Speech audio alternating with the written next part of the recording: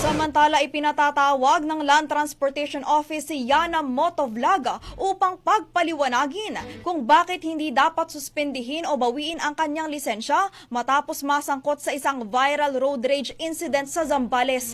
May report si Brigada Jigo Custodio. Ibrigada mo! Brigada Live Report. Alam mo kung lubok-lubok yung daan. You tell me, bakit nga ba? You tell me. No, you tell me. You tell me. Huwag kang mamamakyo. Bakit nga ba? You tell me.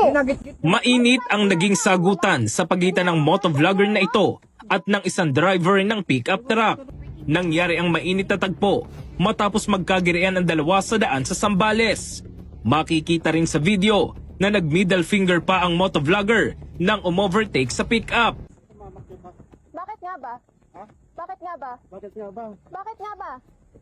Alam mo kung lubok-lubok yung daan. You tell me, bakit nga ba? You tell me. No, you tell me. You tell me. Huwag kang mamamakyo. Bakit nga ba? You tell me. Nagit-git nyo kasi. May side mirror ka, ako wala. Hindi ka gumagamit side mirror mo? Huwag ka doon na. Ikaw ang wag ganon. You use your side mirror. Kahit nakalis na ang pickup, patuloy pa rin sa pagmumura ang vlogger. Pangit mong pick up.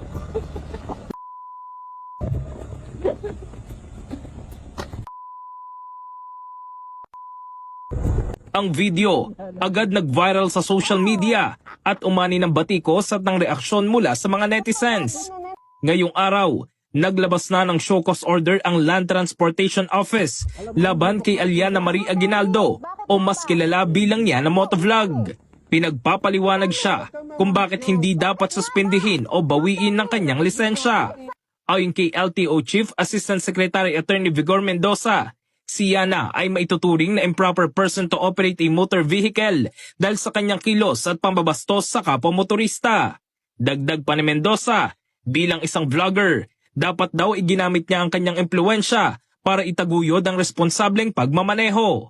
Ayon naman kay Transportation Secretary Vince Dizon, mahalagang ipakita ng lahat ng motorista, lalo na ang mga public figures at influencers, ang disiplina, pananagutan at pagiging responsableng road user.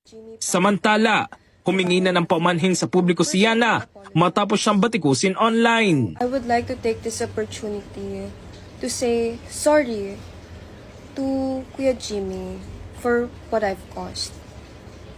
And of course, as well as to those people who got dragged into the issue. Sorry din po sa citizen of Zambales, the riding community, especially the off-road community. I promise to be more patient next time, especially on the road. In the heart of changing lives, ako, si Brigada Jigo Custodio ng 105.1 Brigada News of Manila, the Music News Authority. Ang bahaging ito ay hatid sa atin ng Fast Relax. Tanggal ang sakit, ora mismo.